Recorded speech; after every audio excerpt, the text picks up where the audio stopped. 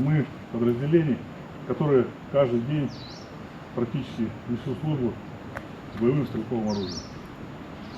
Это очень важная часть вашей службы. Вы становитесь полноценными пограничниками.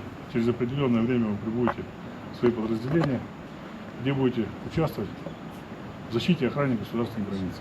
В местечке Таргим состоялась торжественная церемония, ознаменовавшая новый этап в службе призывников. Перед строем выступил заместитель начальника погрануправления, который отметил важность возложенных на них задач по охране государственной границы, а также большую ответственность перед обществом и государством. Сегодня мы становимся свидетелями важного события в жизни наших военнослужащих – торжественного вручения боевого оружия.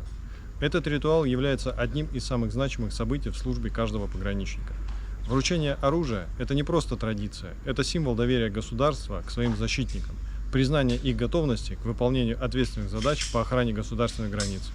Каждый из присутствующих здесь военнослужащих прошел тщательный отбор, обучение и подготовку, доказал свою преданность делу охраны рубежей нашей Родины.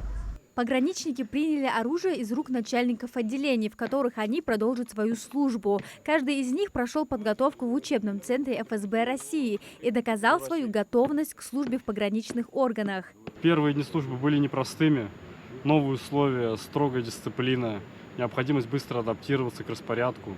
Но со временем я понял, что именно такие испытания сделают меня сильным и закалят мой характер.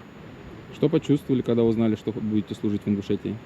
Обрадовался, всегда мечтал побывать в горах, а служба на одной из самых сложных участков границы – это еще и особая честь. Получив боевое оружие, новые защитники рубежей России заступили на службу. Их уверенность и понимание долга – главная гарантия надежности границ нашей страны. Амина Зязикова, Магаз 24.